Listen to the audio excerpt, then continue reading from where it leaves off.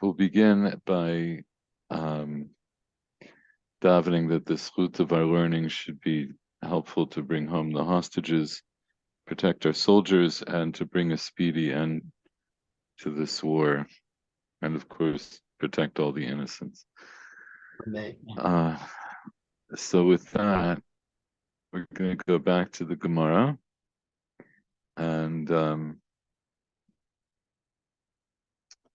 mainly today I want to finish up the sugya as far as we can get to the end. I'm pretty sure we can get to the end, and when we get to the end, then I'll just maybe discuss a couple of things. There are a few things that are going to be left hanging, at least in my own mind, about this sugya. Okay. So the original goal of the sugya was what? What were we trying to find out?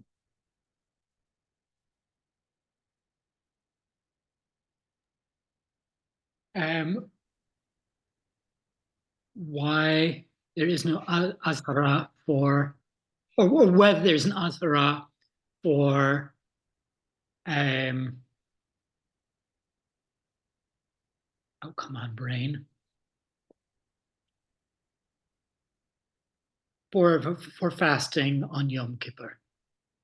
Okay, yeah, we want to find out if there is a source for the azhara for inui nefesh on Yom Kippur. And so broadly speaking, we had Reish Lakish asking, why isn't there an azhara? And he said, because the Torah couldn't word such an azhara. And then that's refuted by Rav Ashi. And so the Gemara leaves that as a kasha on Reish Lakish about why he didn't say like Rav Ashi. And then we had this Braita. The Gemara says Tana Maiti La Mehacha. This Tana brings it from here, and then we looked at we saw the Sifra and how the Sifra is quoted in our Gemara, and how the Sifra wants to learn out the Azhara through Gzeira Shava with Malacha.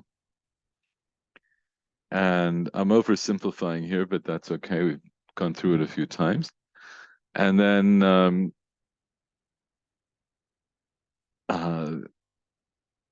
the Gemara asks a couple of kashas on that. Because the Gzeira Shava was based on a Kal V'chomer between Inui and Malacha, and so the Gemara asks kashas on that, and it doesn't seem to be able to reconcile the Brisa with its argument. So then we had Ravina, who seems to say, in so many words, that you misunderstand the Tana of the Braita. The Tana of the Braita is actually learning a Gzeira Shava from the words etzem, and when the Braita, what the Braita is doing. So here, actually, this is worth pointing out. When we look at the Braita,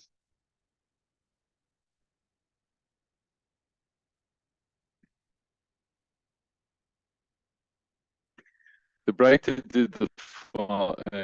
This is worth pointing out again because we're going to have to look at it again toward the end of the sugya. The Braita did the following things. The Braita said that the Braita determines that one is not chayav karet for the time of Tosefet before and after Yom Kippur. And then it goes on to prove that there's not an azhara. In other words, there's no actual isur dioraita for doing malacha at the time of Tosefet. And then it proves that there's no onesh. There's also not a punishment for inui nefesh during this time of Tosefet before or after. And then it gets to this point, and it says, "Aval azhara le'inui shel yom atzmo lo lamadnu minayin."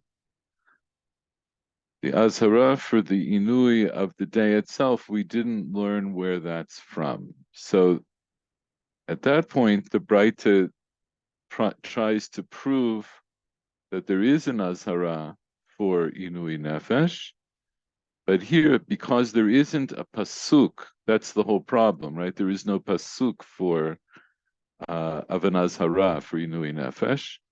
So it goes through this limud, and the limud was lo yomar onesh bimlacha the gemar meinui. Let the Torah not tell me a punishment for malacha, because I can learn out the punishment of malacha from the punishment for inui. And how would that work? Uma inui sheino noheg b'shabbatot v'yamim tovim anush karet. Just like inui, which is not practiced on Shabbos and Yom Tov, it's only practiced on Yom Kippur. For that, one is anush karet. So malacha, which is chamur, because it's noheg both on Shabbos and Yom Tov as well as Yom Kippur, lo kol shekain, all the more so that one should be chayav karet for doing malacha on Yom Kippur. So I didn't need the Torah to tell me the onesh for malacha. Lama ne'amar. So why did the Torah give me the onesh for malacha? Mufne. It's mufne lakish lidon memenu gzera shava. It's now open to do a hekesh, in other words, to make a relationship and to make a gzera shava with inui. So what's the gzera shava? Nemar onesh bi inui, v'nemar onesh b'mlacha. The Torah gives us an onesh by inui. The Torah gives us an onesh by melacha. Ma melacha lo anash elim ken hisir. Inui lo anash elim ken hisir. So just like melacha, the Torah didn't give a punishment without giving an azhara. So I'll say by virtue of the gzera shava that there's an implied azhara for inui. So that's the way the Braita answers this question of where is the azhara. The azhara, I learned it from gzera shava. Just a second. I learned it as gzera shava from inui nefesh. So on that, the Gemara asks a kasha, and so what was the kasha of the Gemara? Ikal mifrach mali inui shelo hutar michlalo tobar beblacha shutra michlala. What does that mean?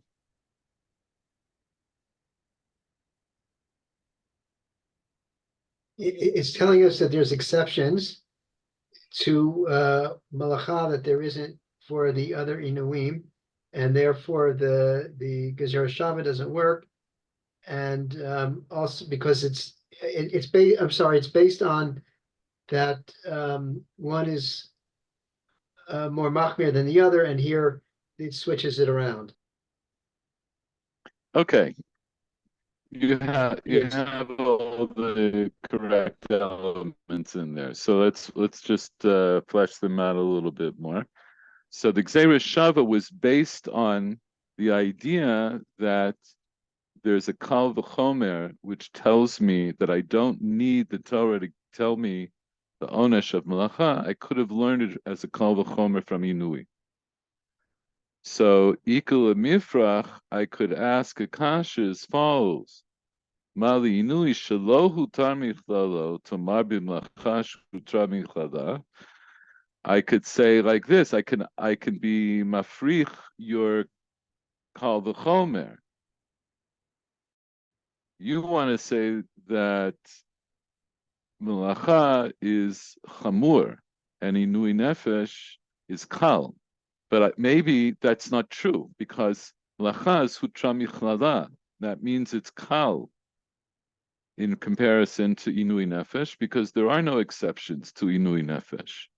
So what does that mean? So like Michael Schwartz was trying to say, that means that I can't make a kal v'chomer from Inui to learn out the onesh of melacha.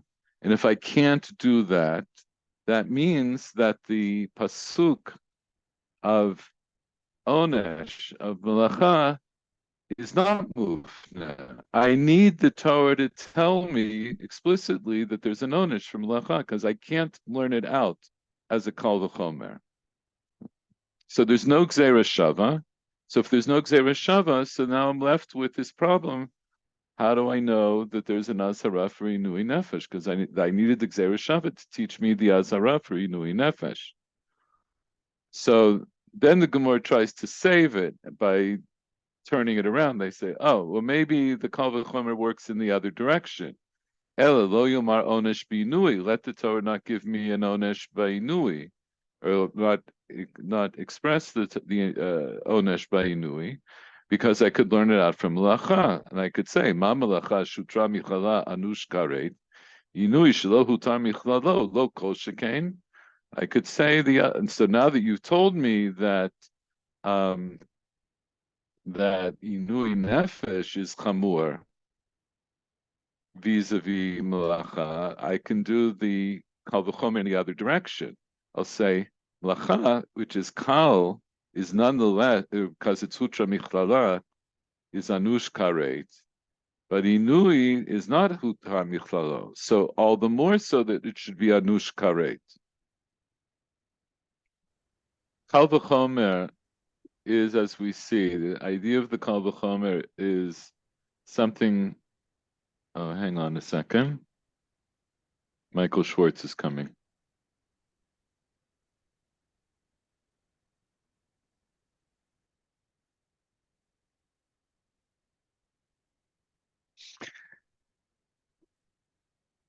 The truth is, I want to sign up for.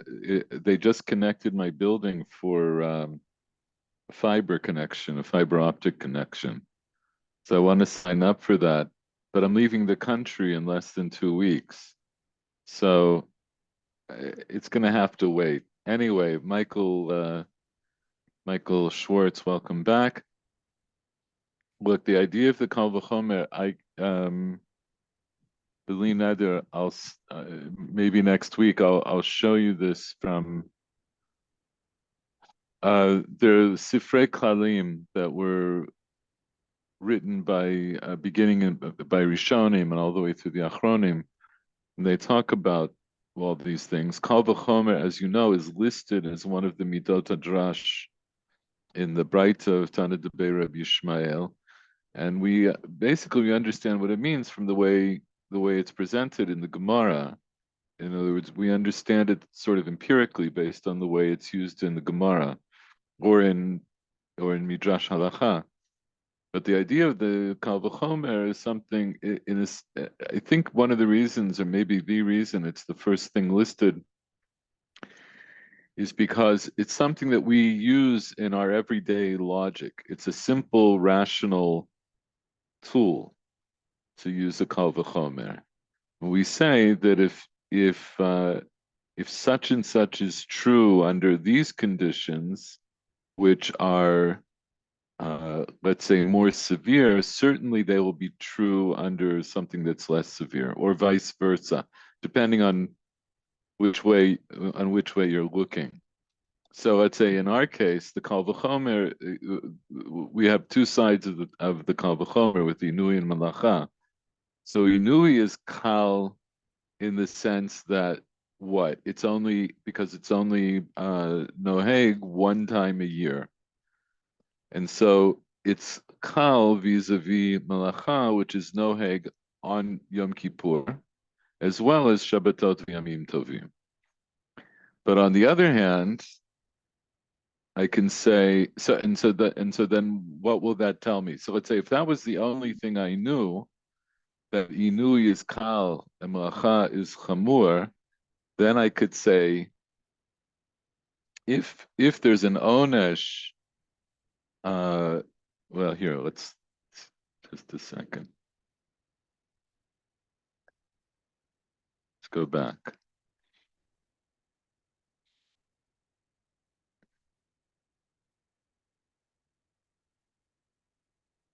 So what did we say? Lo yomar onesh b'mlacha degamar meinui. Let the Torah not give me a pasuk of onesh by melacha.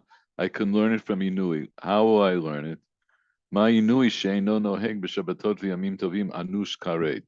So inui is kal, and yet the Torah gives me an onesh of karet. So kol shekain, the Torah would give an onesh of karet for melacha, which is noheg both on Yom Kippur as well as Shabbatot v'Yamim Tovim.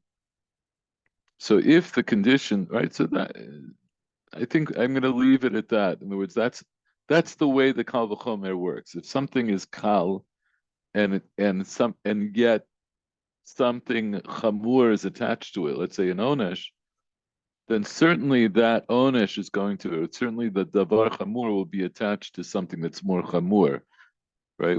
That is, I would expect that the Torah would give me an onesh from melacha even more than what I would have expected for inui, because inui nefesh is only once a year. What I would say, Paul, is there's more to be said about it, and it's something that I've given a lot of thought to as I've gone through this sugya so many times. But I'm gonna leave it more or less the way we have it. And it looks like Venn diagrams. I mean, that you have a set which is inside another set, but there's a problem that according to one dimension, one of them is included in the other, and according to another dimension, it's the other way around. So there is no inclusion. One said into it. There is an intersection, but not one is not included in the other. Do you know what's interesting? I never thought about it in terms of the Venn diagram, and I think it's worth pondering. The part that I also ponder is how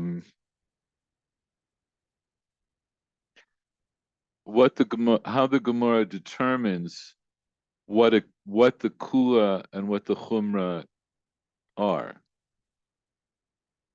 So, since you brought it up, I mean, these are things I keep thinking about as we go through the sugya, right? So, what in the case that we just brought, right? So, malacha is chamur because it's noheg on more days than inui nefesh. So then you could say, so then we have to define. We could define that further and say, so what does it mean that it's chamur?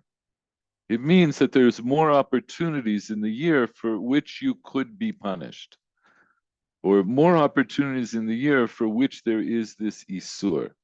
So it's just quantitatively more chamur.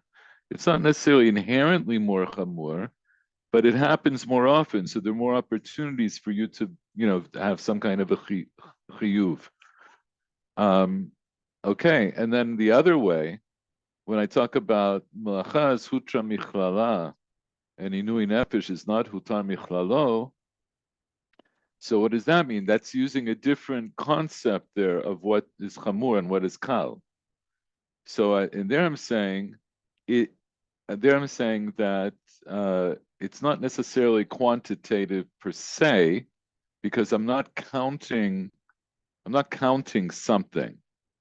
But I'm saying that the Torah told me, by saying that melacha is hutra michlala, the Torah told me that there's something inherently weaker about that isur, because the Torah itself makes an exception to it, whereas the Torah doesn't make any exceptions to inui. And the way we end up in the sugya, where I have the ikal mifrach and ikal mifrach, I can say the kal v'chomer each way, but then I can always challenge it from the other side. What it means is, from the Gemara's point of view, once I've determined that something is chamur and kal, and this other thing that I want to compare to is both chamur and kal, regardless of how I determined the chumrah and the kula, I can no longer say that one is chamur vis-a-vis the other one, or one is kal vis-a-vis the other one. They cancel each other out. That you can make a mishva'ah, right? You can just make a regular formula and you'll see that they cancel out. The Venn diagram thing is interesting. I have to think about that.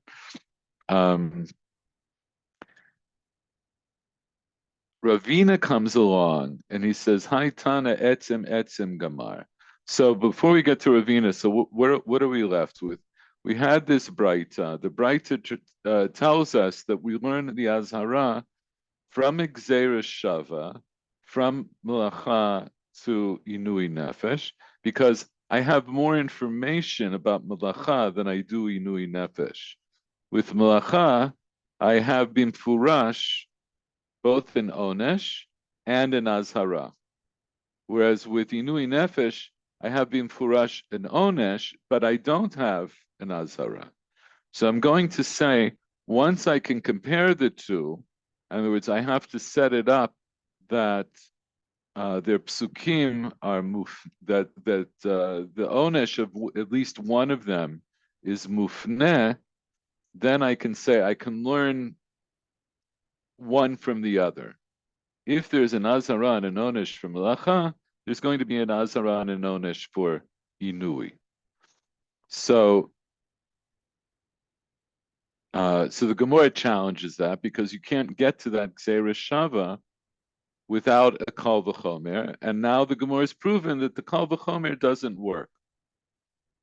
So Ravina comes along, and what he seems to be saying, he says, "Hi Tana etzem etzem gamar." What he seems to be saying is, actually, even though this isn't clear from the wording of the Braita, because the Braita talks about learning it from it's as if there's a Gzeira Shava of Onesh Melacha to Onesh Inui Nefesh, right? And since the Onesh of Melacha is Mufneh, I can learn from that to the Onesh of Inui. So just as the Torah wouldn't give me an Onesh for Melacha without an Azara, so also the Torah doesn't give me an Onesh for Inui Nefesh without an Azhara. So what Rabina says, actually, the Gzeira Shava is not dependent on the Kal V'chomer. It's not that there's a Gzeira Shava from Onesh Melacha to Onesh Inui. There's a Gzeira Shava from Etzem, because Etzem Hayom is mentioned both by Melacha and by Inui Nefesh. And in both cases, I can make the argument that those psukim that say Etzem Hayom, they're both mufne, they're both superfluous. I didn't need the Torah to say Etzem Hayom. And because of that, I can say that I can learn, now I can say that's the basis of the Gzeira Shava. So why did the Braita use this? Why did the Braita put it in these terms? Lo yomar onesh bimlacha. It really should have said lo yomar etzem hayom bimlacha. So what Ravina doesn't answer that question, but he seems to be assuming, or this is the way I understood it. Wait, do you understand my question that I just asked? Okay, Michael Werner, you're nodding your head. What was my question?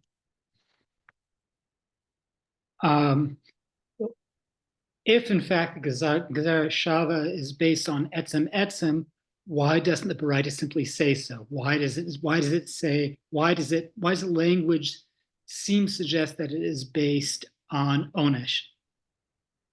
Very good. Very good. So wait, when I restarted, I lost the other document. Just 1 second. I had my psukim. I just want the psukim. Here we go. Let me switch to that for a second.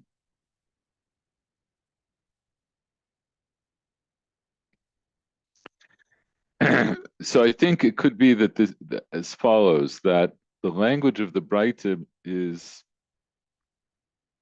doesn't mean to say that there's a Gzeira Shava from Onesh, but rather from the psukim of Onesh.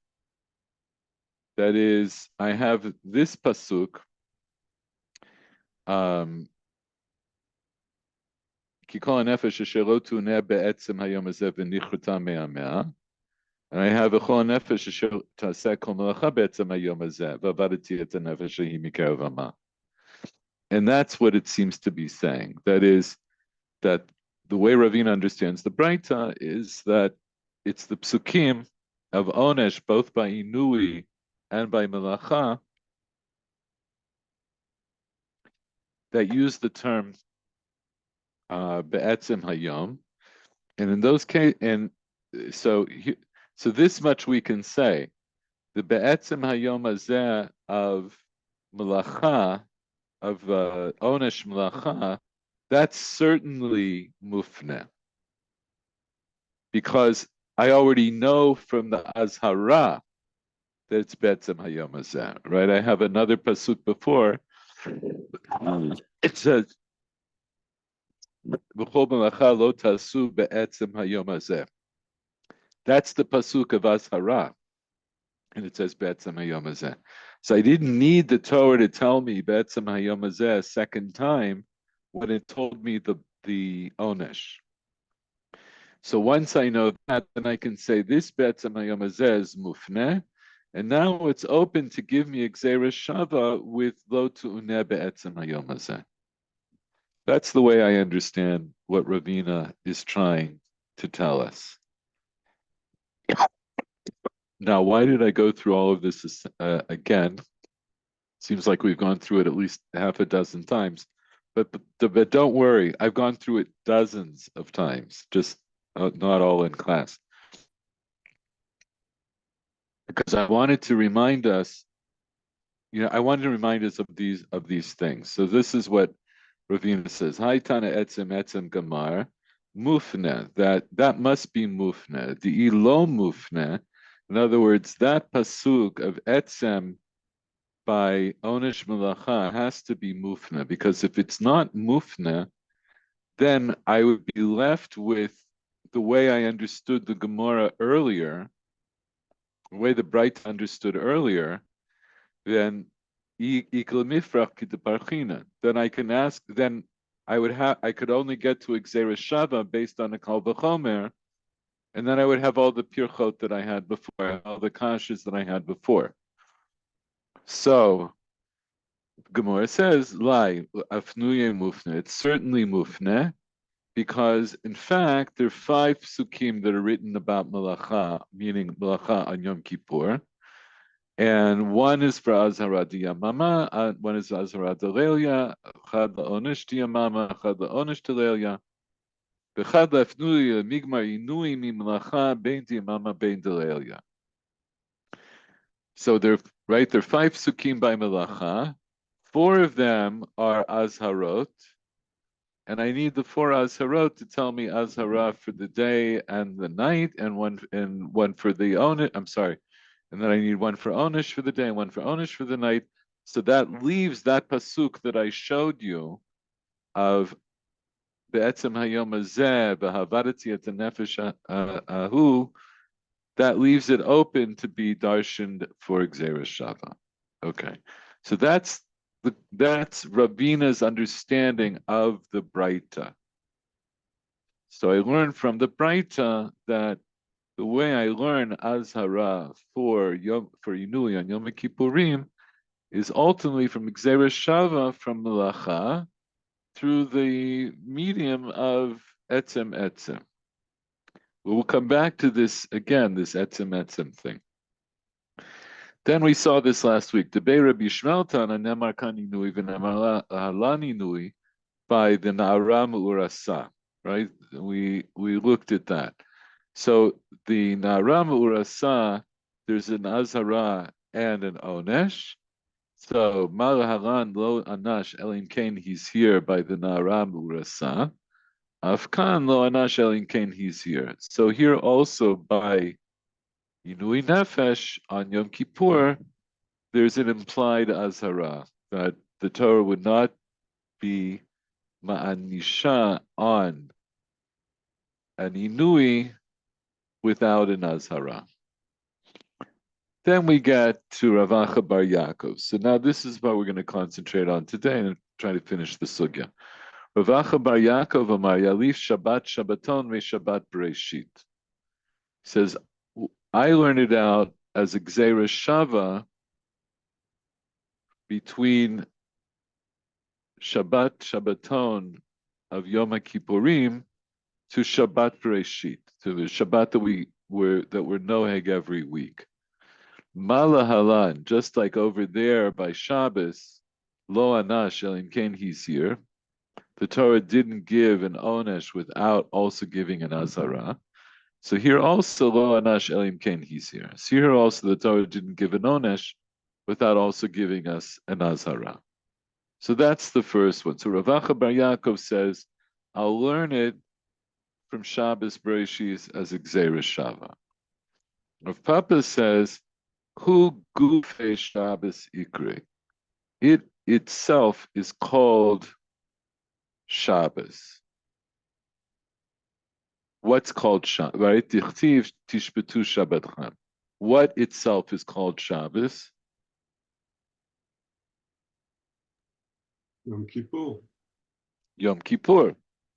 It itself is Shabbos. How do I know it's called Shabbos? Because it says Tishbetu Shabbatchem when it's talking about Yom Kippur. So it's explicitly called Shabbos. So the Gemara wants to know why Rav Acha Bar Yaakov doesn't go the same direction as Rav Papa. So we say, Bishlama Rav Papa lo amar Rav Acha Bar Yaakov, Dikra dichtiv begufei adif. So it makes sense. Rav Papa didn't hold like Rav Acha Bar Yaakov to learn Gzeira Shava because a pasuk that's written about itself is better. Better than what? Than a Gzeira Shava. It's better than Gzeira Shava. In other words, if the Torah tells me explicitly that Yom Kippur is Shabbos, then I don't need Gzeira Shava. I think I remarked on this last week that the idea that we use these midot hadrash, we use them when it's necessary.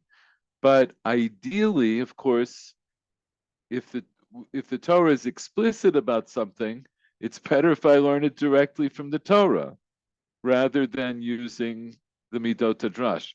Now, why would that be? I'm going to digress on this for a second. Why is it better to learn it directly from the Torah than midat hadrash? After all, the midot hadrash are part of the Torah Sheba'al Peh. Why should I say it's better if I learn it directly from Torah Shebichtav?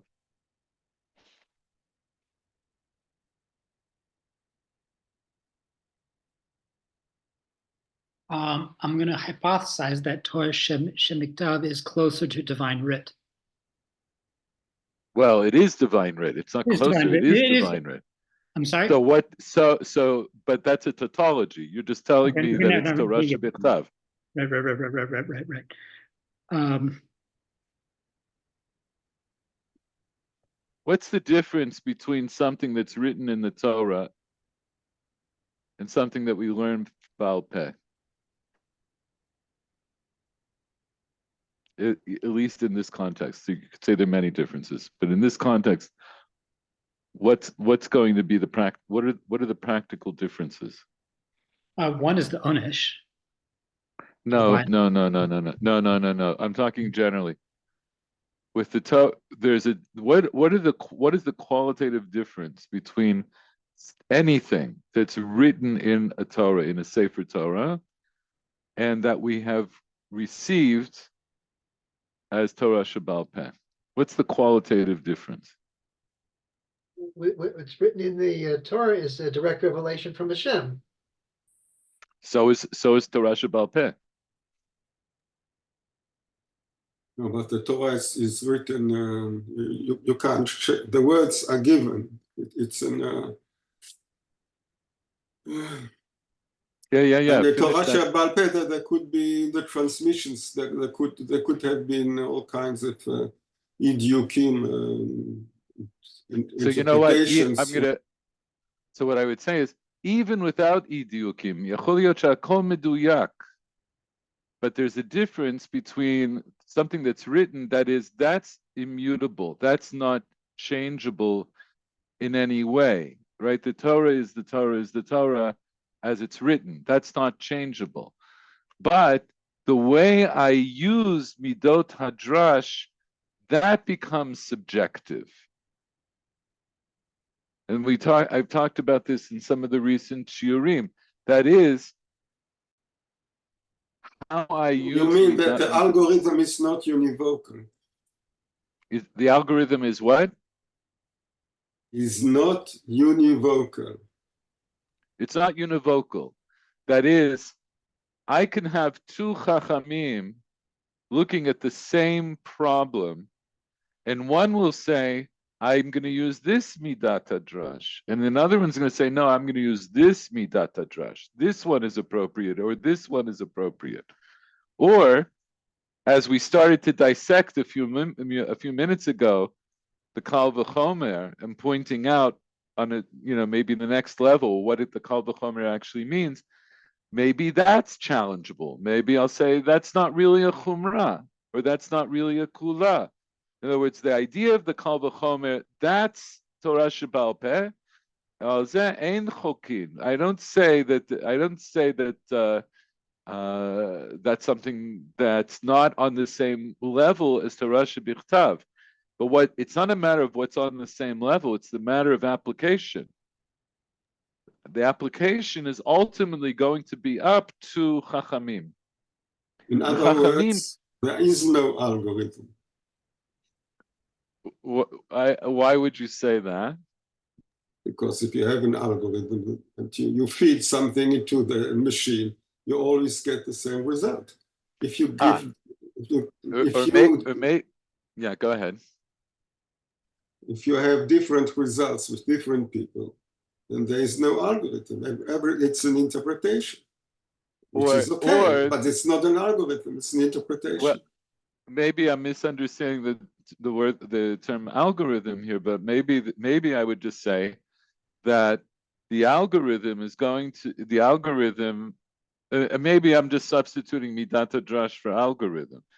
But the application, the way the algorithm works, is ultimately going to be up to a chacham or a set of chachamim, and for one midat hadrash or another midat hadrash, or the application of a particular midat hadrash to be considered universal, it means that chacham or those chachamim, they have to convince the other chachamim that their application or their midah is the correct one.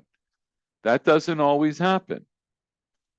So that's at least one way of understanding what the Gemara is saying here. Why is dikra dichti begufei adif? That can't be changed. That's clear. But the application of any given drasha, that's to some degree, that can be subjective. And that is part of the Torah Sheba'al Peh. There is a subjectivity to that application. Seder, that's part of the process. Shivim panim laTorah. Shivim panim laTorah. Otherwise, it would be, zamita ben, right? It would just be fossilized. So the point is that there's a certain dynamic, but nonetheless, so why does the Torah say, why does the Gemara say, kradichti begufei adif? Because there, I don't need to bring in any subjectivity. I can just say, this is objectively what the Torah is telling me. In other words, in the same way that the Torah says, lo tirtzach, lo tinaf, lo tigno, all of those things. Now when I go into the pratim, I'll break them down and I'll have to understand exactly what they mean. But those are immutable things. Nobody can come along and say that, the Torah says that you're allowed to steal or you're allowed to kill. Torah doesn't say that. how I interpret that, of course, that'll be subject to some degree of subjectivity. But Kradirti bigufe is always adif. It's always better because the Torah went out of its way to tell me something. It just reminds me there's this concept which we learn actually from the end of the last parak of Yadayim. And the Gemara brings it up in other places about the Gemara's term is kocha de hetera adif. The power of heter is greater than the power of isur. What that means is that the before the Torah came along, before we were given the Torah, and certainly, let's say the way we look at it is that Adam Arishon was given 6 mitzvot, and then Noach was given an extra mitzvah, so there was Sheva mitzvot b'nei Noach. But between then and when the Torah is given to Bnei Israel, so anything that wasn't covered as being asur under the Sheva mitzvot b'nei Noach was mutar, because there was no reason that it shouldn't be mutar. That is, let's say one of the isurim of Bnei Noach is Ever Minachai. You're not allowed to tear off a piece of meat from, a limb from an animal and eat it. That's universal. No one's allowed to do that. So that was true also for Avram and Bnei Avraham. But when the Torah comes along, it gives us all these laws of kashrut. It means not only can you not have Ever Minachai, you have to have shachut, right? It has to be only from certain animals, and they have to be slaughtered in a particular way. So before the Torah told us that wasn't true. In other words, I could eat a nevela if I wanted to, and I wouldn't be over on anything. So the idea of kocha de hetera adif is this idea that if maybe I'm saying two things at once, but kol zman that the Torah didn't tell me that something is asur, the assumption is that it's mutar, which culturally, right, we live in a time when in certain circles there's a tendency to be machmir about all kinds of things. Sometimes it's justified, sometimes it's not justified, but the point is that if the Torah didn't go out of its way to tell me that something is asur, then in principle I should assume that it's not asur, that it's mutar. So what does this have to do with that if the Torah did go out of its way to tell me something, then that's the best way for the Torah to have told me. Best thing is the Torah went out of its way and said X, now I know X. So let's go back to the Gemara. So, Bishlam Rav Papa Lo Amar Karavacha Bar Yaakov, Dekra Dechti Begufei Adif. It's better to learn from the Pasuk directly. So that's fine. That answers why Rav Papa doesn't say Ravacha Bar Yaakov. But what about the other way around? Ela Ravacha Bar Yaakov Ma'ita Ama Lo Amar Rav Papa. So in other words, Rav Papa has a good claim. He says, look, the Torah just says Tishbetu Shabbatchem. And I know that means that Yom Kippur is Shabbat. And if Yom Kippur is Shabbat, then just like the Torah is Mazhira and Ma'anisha on Shabbat, so it's going to be Mazhira and Ma'anisha on Inui, on Yom Kippur. So why didn't Rav Acha say like Rav Papa? So the reason is because ultimately he needed Rav Papa's pasuk of Tishbetu Shabbatchem for something else. He couldn't learn it from there. What is he needed for? L'chedetanya, like we learn in a Braita. V'initem et nafshotechem b'tisha l'chodesh. So you have to afflict yourselves on the 9th of the month. Yachu yatchil v'yetaneh b'tisha. So then what do we say? Maybe that means you have to start the Inui on the 9th. Talmud Lomar ba'erev. Ba'erev seems to indicate not the 9th, right? It seems to indicate from the time that it's dark. So if Yinitim at Nashatechem is really ba'erev,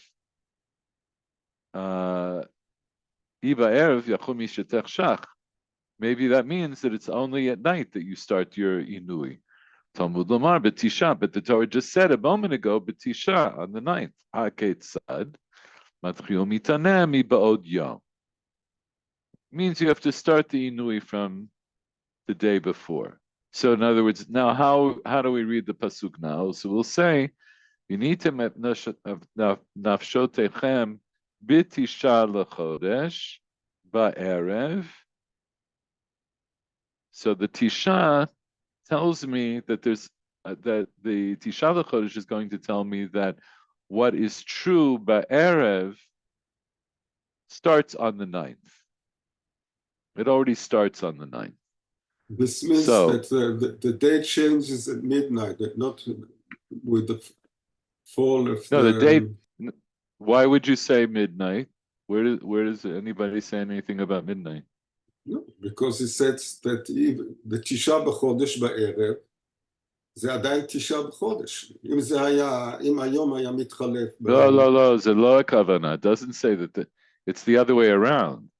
It's saying בתשעה לחודש, and then followed ba'erev. But ba'erev now is mishet. The Gemara understands it like this: I ba'erev yachol mishetechshach. Erev would tell me what? Not midnight. Midnight doesn't have any play here. There's either day or night.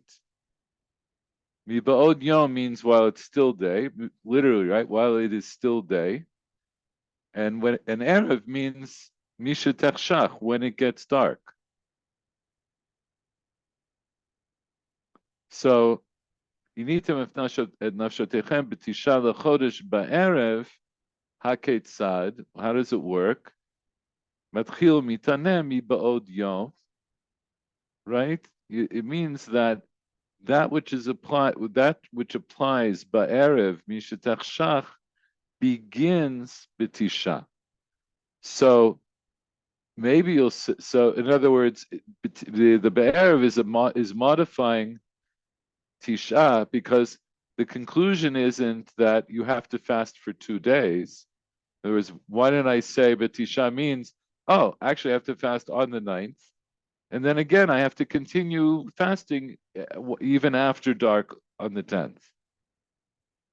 But no, because of the way it's worded, we understand it as follows. B'tisha is when you begin doing what you have to do at night.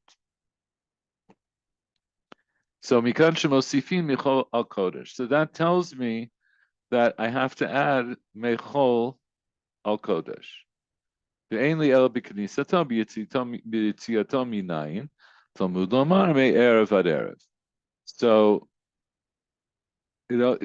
so far, right, when it says b'tisha l'chodesh ba'erev, that only tells me I have to be mosif chol al kodesh when the day begins, when Yom Kippur begins. But it doesn't tell me I have to add on as it's ending. How do I know that? How do I know that I still have to be mosif chol al kodesh at the end? Talmud lomar me'erev ad erev. And so what we said last time is what it means is whatever erev meant in the first instance, ba'erev, and what did it mean? It meant that ba'erev applies to just before erev. It applies to the 9th.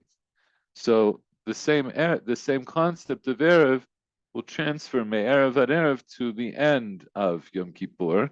And whatever erev is, it means I have to add on now at the end.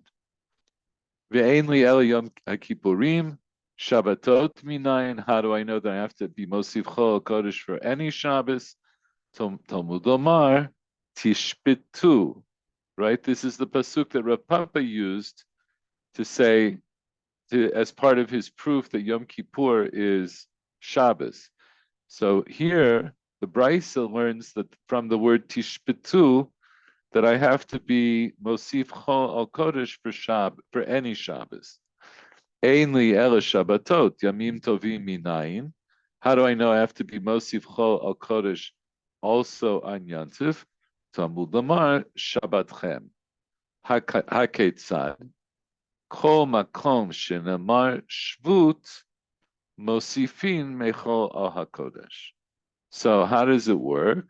Once I learned this, what the Torah is telling me is that anytime the Torah said shvot, to be shovet, that you have to be mosif chol al kodesh. So, with that, we discussed this in a little bit more depth last week, but I'm going to keep it as it is for the purposes of our discussion. So, why did we bring this Braita? What did it answer? What question did this Braita answer for us?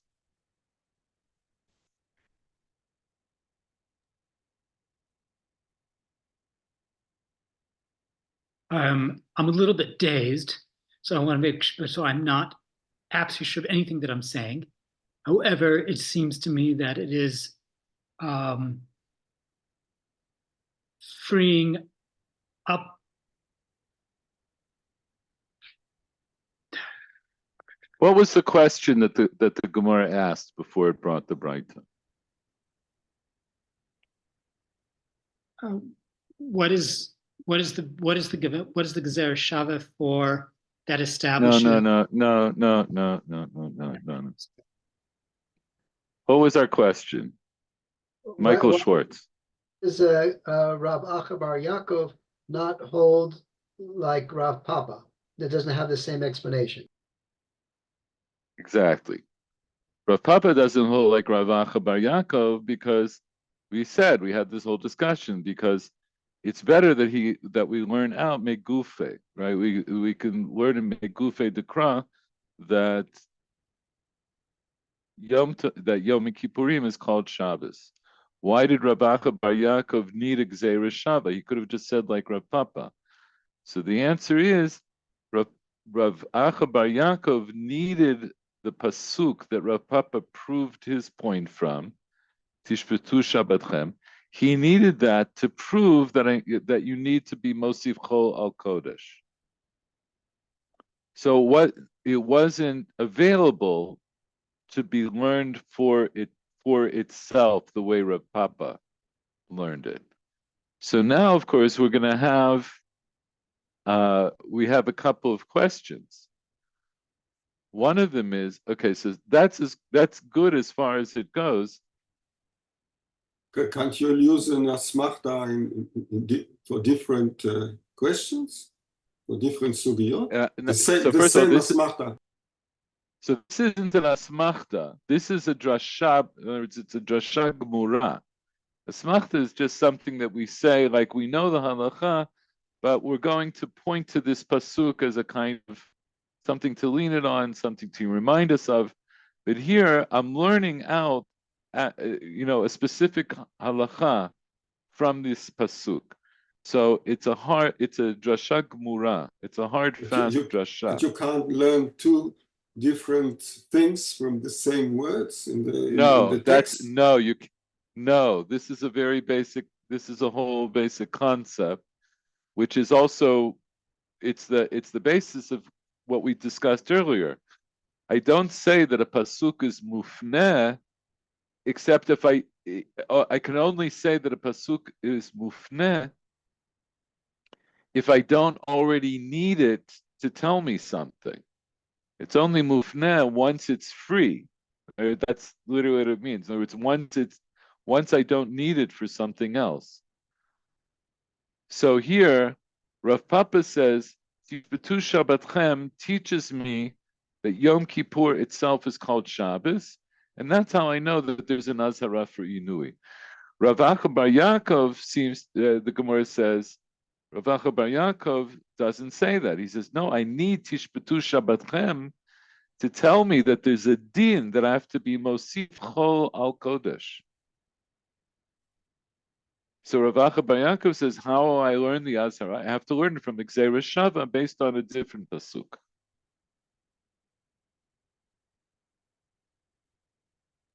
So, Just so the canonical text is univocal. say that again. What's univocal?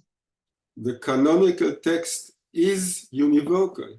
If you can't use the same extract which you take out of the text for two different things, then it means there is only one meaning to every word in the Torah shebichtav. That's correct. However, but as you see, All different the commentators chachamim, during all the times they comment they do different comments on the same words and they understand different things. All these commentators, all these parshanim. So wait a second. Let's separate out a couple of things here. So let's say for each of these chachamim, let's say in our case Rav Papa and Rav Acha, they have to be consistent. For them, each pasuk is univocal. For them, each pasuk can only be telling me one thing. But as we see, Rav Acha and Rav Papa disagree about what particular psukim tell me. So, in that sense, in other words, what we say is what you said before. Shivim panim Torah. The idea of shivim panim Torah means that inherently the Torah contains multiple possible meanings. In a way, I'll compare it a little bit to Schrodinger's cat. Kozman that you don't open the box, it can be alive or dead. But once you open the box, it's either alive or it's dead. It can't be both, right? So in a lahavdil, but in a similar way, what we're saying here is once Rav Papa or any given chacham says the pasuk means this for this halachic purpose, then that pasuk is taken. That's all it can mean. But it's only taken for him, not for another one, for another person. Exactly. But for Rav Papa, he has to be consistent. For Rav Acha, he has to be consistent.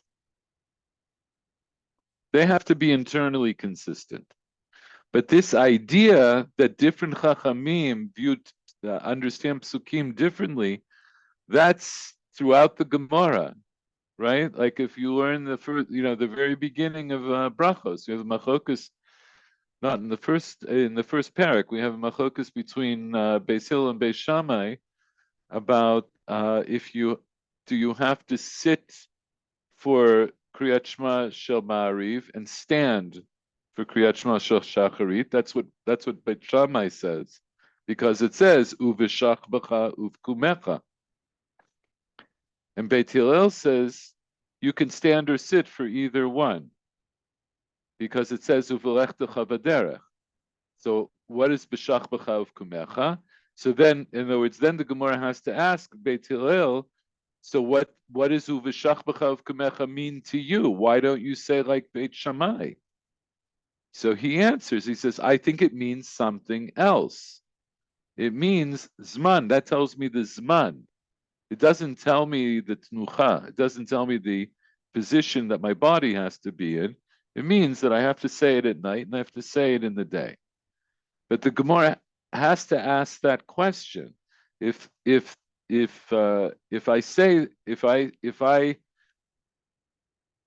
in that case, the case that I just brought, Beit Hillel and Beit Shammai, they're both poskening the question of what position you may or may not have to be what physical position you have to be in when you're saying Kriyat Shema. Beit Shammai learns out the position from Uveshach B'cha Uvkumecha. Beit Hillel learns it out from Uvelechtecha V'derech. So then I have to say to each of them, so what does the other person's pasuk mean to you? In other words, why didn't you say like the other person? And so here also, that's the same derech that the Gemara has here. Rav Papa, so the Gemara doesn't ask Rav Papa to why didn't he say like Rav Acha? Because they say for Rav Papa, obviously it's better because his is Gufei Dekra. But we do ask the question from Rav, and then we have to understand why is that better. So that's what we discussed that. But Rav Acha, why didn't he say like Rav Papa? So now I know that he didn't say like Rav Papa because he needs Rav Papa's pasuk for something else. But now that I've said that, so now let's just recap. Practically speaking, what do we have?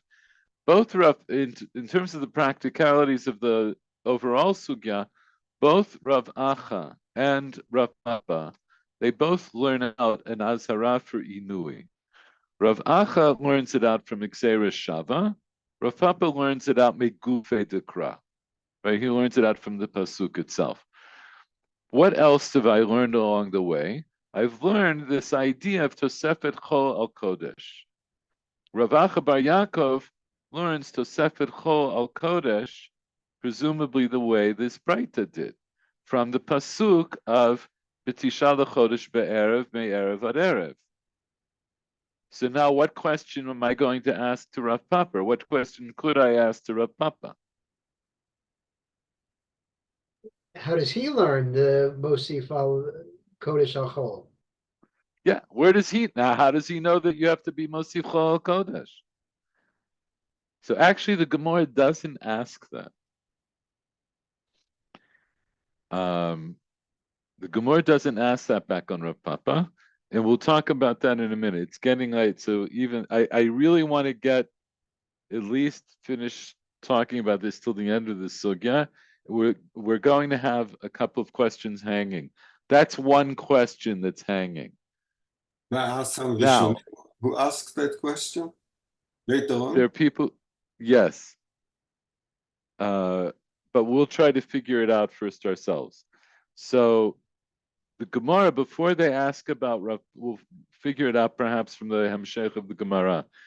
So the Gemara, before it asks any other questions, they say, wait a second.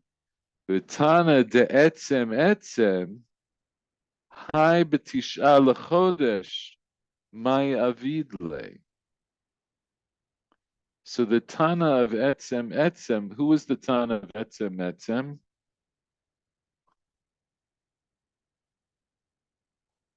What's the Tana of? Well, Ravina is the one who explains, but Tana was the Sifra, right? Ravina was the one who said that the Tana means etzem, but it was the Sifra that the Gemara brought. So, Tana de etzem, hai b'tisha l'chodesh mai avidle. So this Tana that we saw earlier, what does he do with this drasha of b'tisha l'chodesh ba'erev me'erev ad erev? What does he do with that? Mibaile, he needs it. L'chedetani chaya bar Rav midifti. He needs it for a different drasha that we learn from chaya bar Rav midifti.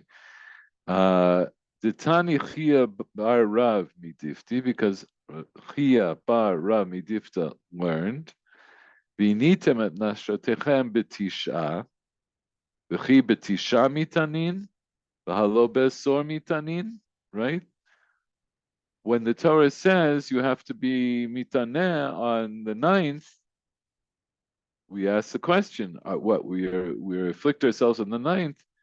Are we supposed to afflict ourselves on the 10th? Because that's what it says elsewhere. Ela lomar lach kol ha'ochel v'shoteh b'tshi'i ma'aleh alav hakatuv ki'ilu hitaneh tshi'i v'asiri. It teaches you that anybody who eats and drinks on the 9th, that the Torah considers it as if he had afflicted himself on both the 9th and the 10th. So, because it's late, and because this is going to take more time to explain, I'm going to leave it. There's a lot of there's a lot of questions here, but what you need to figure out is what is the Gemara's question here? There's something that we learned earlier from the Braita, which now makes this drasha of B'tisha L'Chodesh problematic to that Tana. I'm going to stop here because otherwise I'm going to start to explain it. Everybody is welcome to look ahead, look at Rashi. You can look at any other Perushim you have access to understand it. And then once we understand this part, that'll be the end of the sugya. And then we'll go back and try to answer this question about why didn't the Gemara ask Rav Papa where he learns Tosefet Chol Al Kodesh? And we may have an answer once we finish here. So Adkan. Any last questions, comments? No. Okay. Laila Tov, Bezrat Hashem. See you Thank you. next Good week. night. Good night. Bye-bye.